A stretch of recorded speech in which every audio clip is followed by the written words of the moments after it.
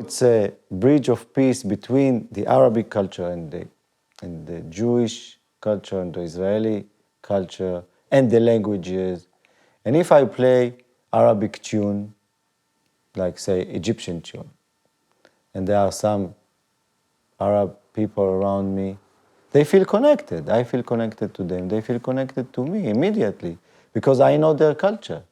If you know the culture of somebody, he welcome you.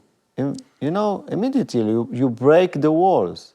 If you know the language of somebody, like you go to Africa and you know to speak Zulu,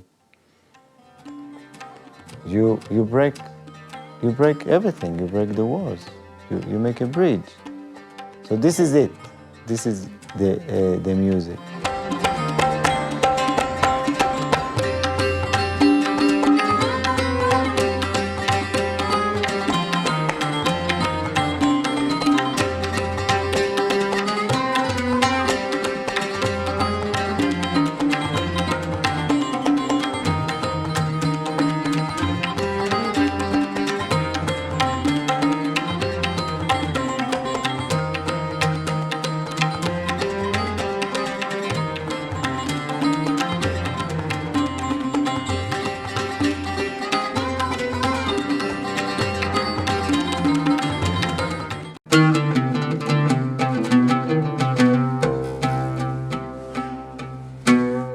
The majority of the musicians in Iraq were Jews. 90% of the music, of the folk song, of the Iraqi people, till today, the old stuff, was written by Jews.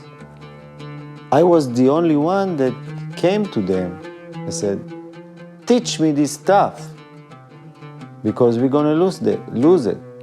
And they used to tell me, oh, Yair, come on, you play classical music. If it will last, it will last. But I convinced them. And I was sitting with them hours.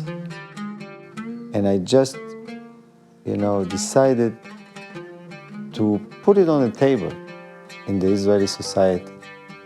And I was the only one, and I'm still the only one in Israel, or all over the world, that the Jewish guy that continued this Jewish Iraqi tradition. I played the first time the oud in public in Tel Aviv.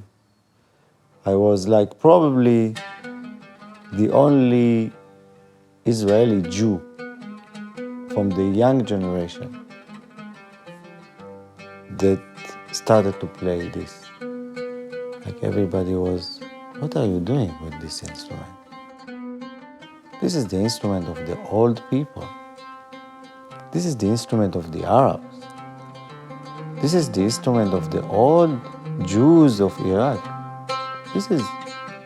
What are you doing with this instrument? You play electric guitar, you play electric violin. We remember you playing the blues with... I said, well, this is another kind of spirit. But among the Israelis, for the young generation, it was a big revolution, cultural revolution, to present something that we thought that we will not hear it anymore.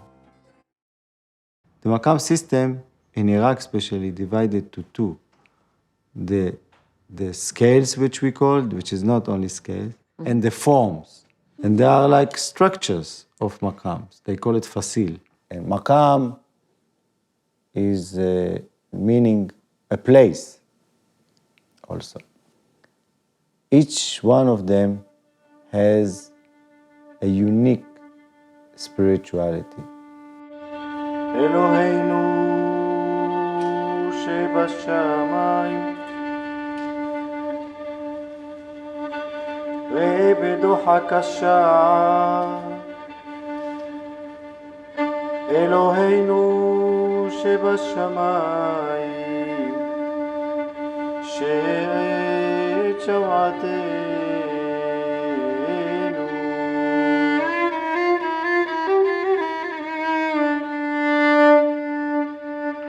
They used to present it with voices and to It started from improvisation, but somehow along the years it became to be more or less fixed. So before that, you have to get the people to the mood of the maqam.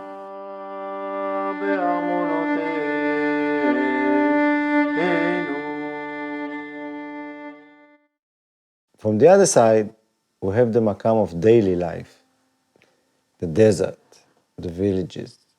It's more mellow and play most of the time on D.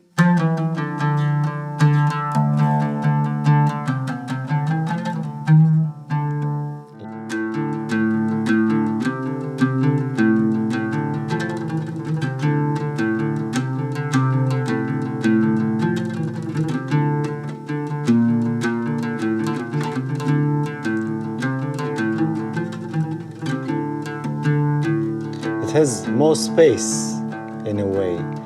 You can feel that something is open in front of you when you play this or when you hear that. You need to pick less to give more space between the notes.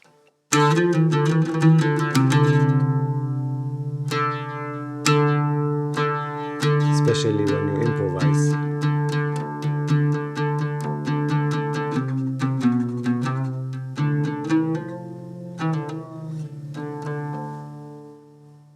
This is a maqam from the heart.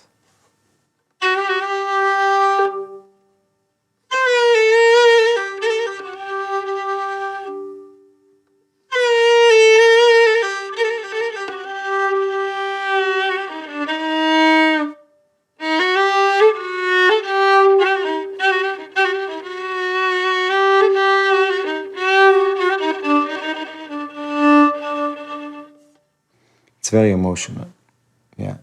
And in the same maqam, I have this.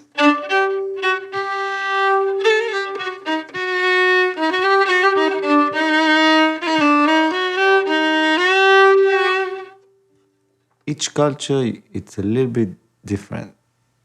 If I would play like a Spanish Ladino song, it will be like this.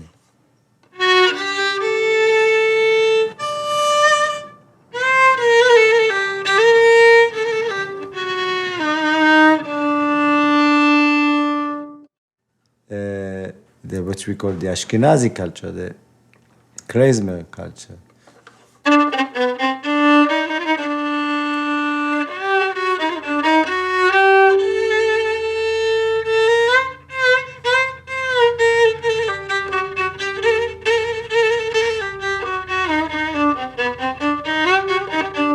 One of the most common maqam is rast. Rast is head in Persian, and it's also straight and logic. So this maqam is the logical maqam. It's maqam to express your logic.